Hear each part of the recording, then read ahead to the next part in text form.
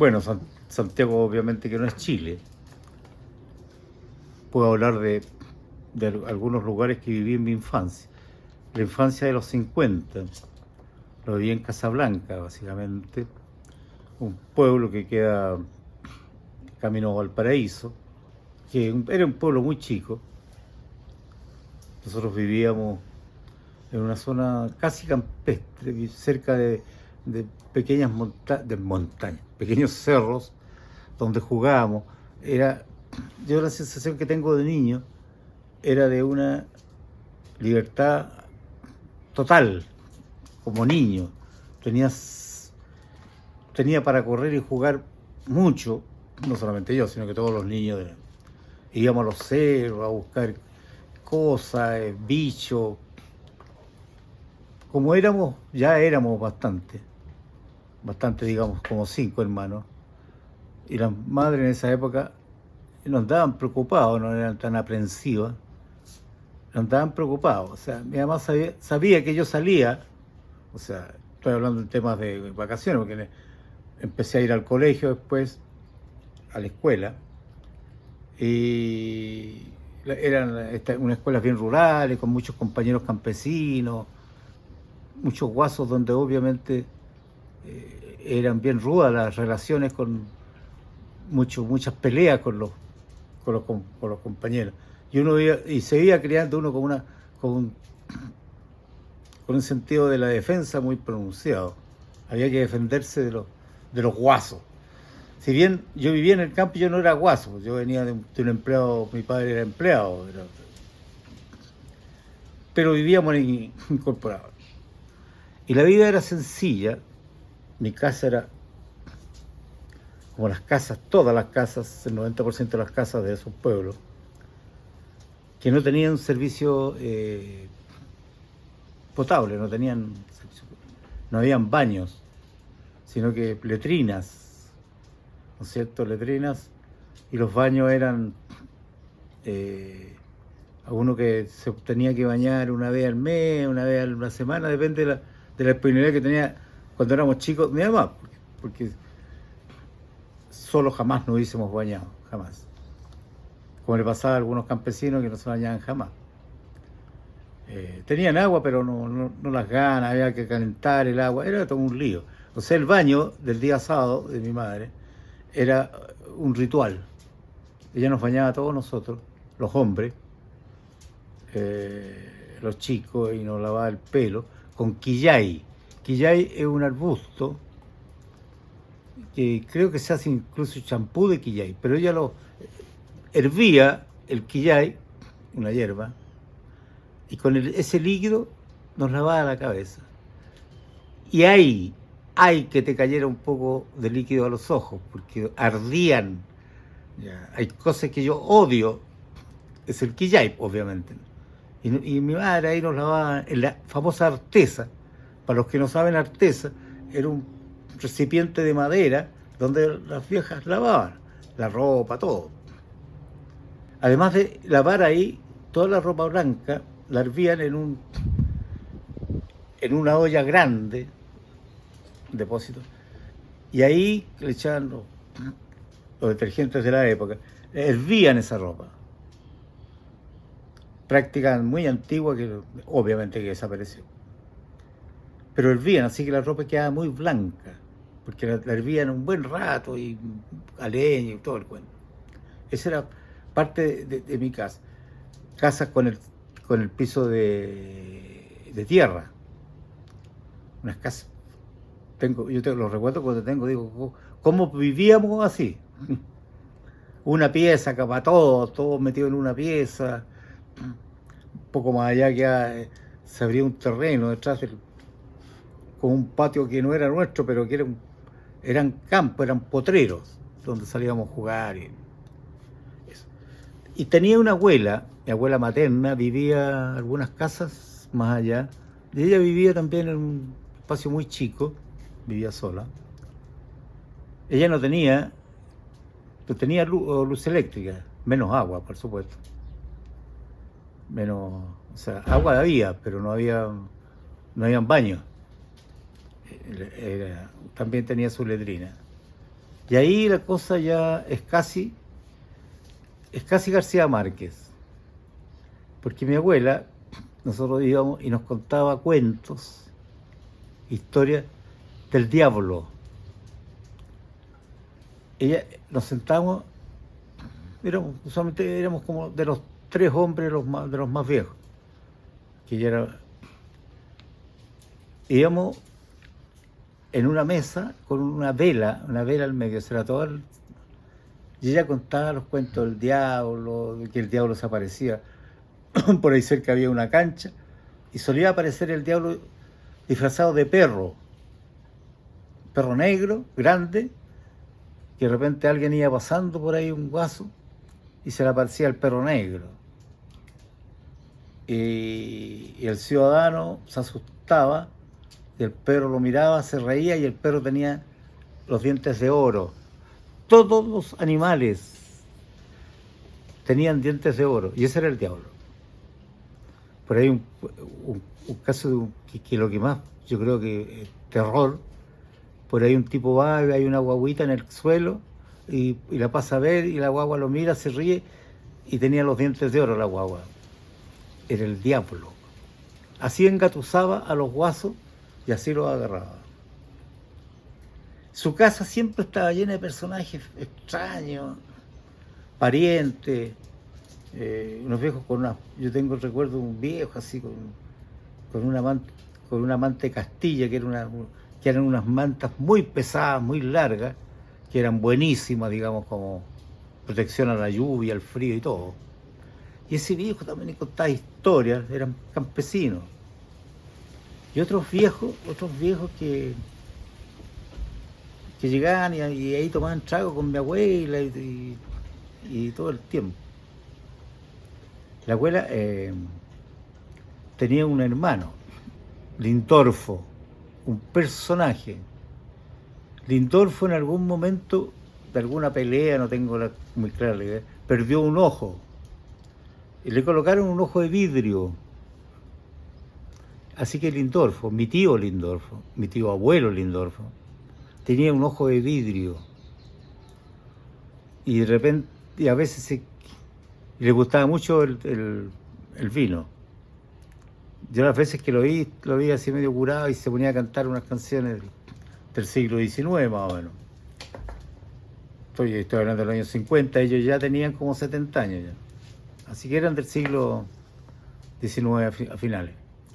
Y el Lindorfo, de repente, en las noches, ya se había acostado porque estaba medio ebrio, y dejaba el vidrio en un vaso. Y el vidrio te miraba desde el vaso. Imagínate un cabro de 5 o 6 años. El terror era, pero nos causaba terror el tío Lindorfo. Y el tío Lindorfo se reía, y los cabros chicos se asustan, y nos mostraba el vaso así como asustándonos. Dice la historia, la mítica familiar, que Lindorfo trabajaba en una cocina de uno de los ricos de la zona, que tenía algún fondo. Yo trabajaba en la casa del fondo, la casa patronal, en la cocina. Y cocinando se le cayó el ojo y no sabía dónde. Seguramente en la olla de la sopa, y que después la cocinera sirvió la sopa y se la llevó a donde las viejas pitucas, había una fiesta, no sé qué onda. Y de repente a la vieja pituca le salió el ojo. Y se puso a gritar. Hay un ojo. Y había llegado corriendo el Lindorfo. Oh, dijo, ve, ojo mío, este ojo que andaba buscando, y se había puesto el ojo caliente. Por supuesto que fue despedido, pero inmediatamente. Y con gran horror de las vicias que estaban ahí en la fiesta. Ese es un cuento que lo creo o no lo creo, pero es lo que en la historia del lado mi materno,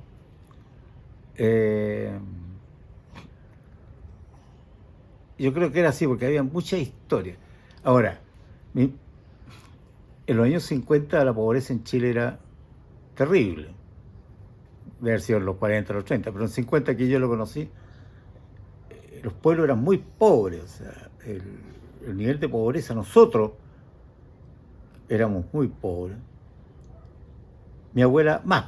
Mi abuela no tengo idea de qué vivía, no recuerdo, porque no trabajaba. Seguramente mi mamá la ayudaba, no tengo idea.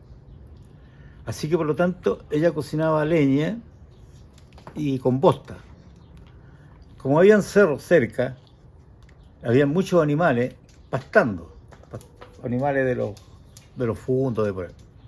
Así que había mucha bosta. Bosta es el excremento de los caballos y de las vacas.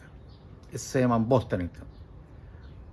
Y recuerdo de chico, yo era su regalón, me decía, Mincito, vamos a buscar bosta. Y a mí me encantaba ir con ella al cerro, una bolsa chica con bosta, y ella traía cerros de madera, de palo, y bosta. Y con eso cocinaba. Mi familia, son mis hermanos mayores sobre todo, que una vez conté esta historia en una reunión familiar, que habían otras personas, y negaban. O sea, sí, mi abuela quemaba bosta, pero era para alejar los zancudos. Claro, les da un poco vergüenza reconocer que mi abuela cocinaba con bosta, pues. Si no tenía, porque te duraba mucho, era muy compacta, la bosta seca, te dura más. Pero ellas negaron así, no, mentira, estáis contando historias, que mi mamá, si no era tan pobre, era pobre, pues. ¿Por qué negar la pobreza? Y esa experiencia, que obviamente no la tiene ningún niño, sobre todo un niño de Santiago, no puede imaginarse lo que es ir a buscar leña y bosta para cocinar. Y cocinaba lo que había. Yo preguntaba, ella había soportado el terremoto de Valparaíso del 1906. En 1906 hubo un fuerte terremoto en Valparaíso que tiró Valparaíso por el suelo. Y ella vivía en Casablanca. Me contaba historias terribles de que la tierra se abría y los animales se caían. Parece un cuento, así, un cuento terrorífico. Que cuando ella contaba, yo el terror de ver cómo la tierra se abre y se caían los animales, a lo mejor se caía la gente, si es que era verdad. Pero ella ya tenía su cierta edad cuando fue el terremoto. Y contaba toda esa historia del terremoto. Y yo preguntando después a mi madre, que era su hija, ¿y usted, a ella, usted qué hacía cuando era chica? Bueno, fui al colegio muy poco. ¿Cómo antes? Antes del colegio llegara hasta tercero preparatoria, cuarto preparatoria, aprender a leer y escribir, y ya estaban listos. Muy pocas personas seguían en carrera ascendente, porque había que hacer algo para ayudar a la casa, a trabajar. Y ella se iba a trabajar con la abuelita, con la mamá de esta señora, de mi abuela, mi bisabuela, que tenía un lugar que atendía a las carretas. En ese tiempo de Santiago, la gente adinerada iba al Garrobo, a todos esos lugares donde vacacionaban, estaban todo el verano ya. Por lo tanto, iban en carreta para llevar ya los muebles, la comida. Y esas carretas, obviamente, que demoraban semanas en llegar allá. Y había que ver, ella tenía su bisabuela, mi bisabuela, la abuela de ella, de mi madre, atendían las carretas, le daban agua a los bueyes, alimentos, y la gente aprovechaba también de comer algo, seguramente le hacían tortillas, no tengo idea. Y ese el trabajo que hacía mi madre cuando era niña, que ayudaba a su mamá y a su abuela. Algo que a mí me pareció, cuando yo supe, cuando mi madre me contó eso, lo encontré, pero no sé, pues, qué increíble. Eh, y así, varios hechos eh, que me marcaron mucho, jugaba mucho con los campesinos y adquirí un tono de voz campesina. Yo hablaba como guaso, y gritaba y andaba, además muy libre, muy de campo. Llegaba solamente a comer a la casa y después salía nuevamente a jugar con los, ¿ya? Libre, absolutamente libre. Es una cosa maravillosa. Nos bañábamos en los ríos, en los esteros, en los tranques ya chicos, 5 o 6 años, tirándonos ya en el agua en diferentes lugares. Otro tipo Huckleberry Finn, el libro de historia de un niño que es yanqui.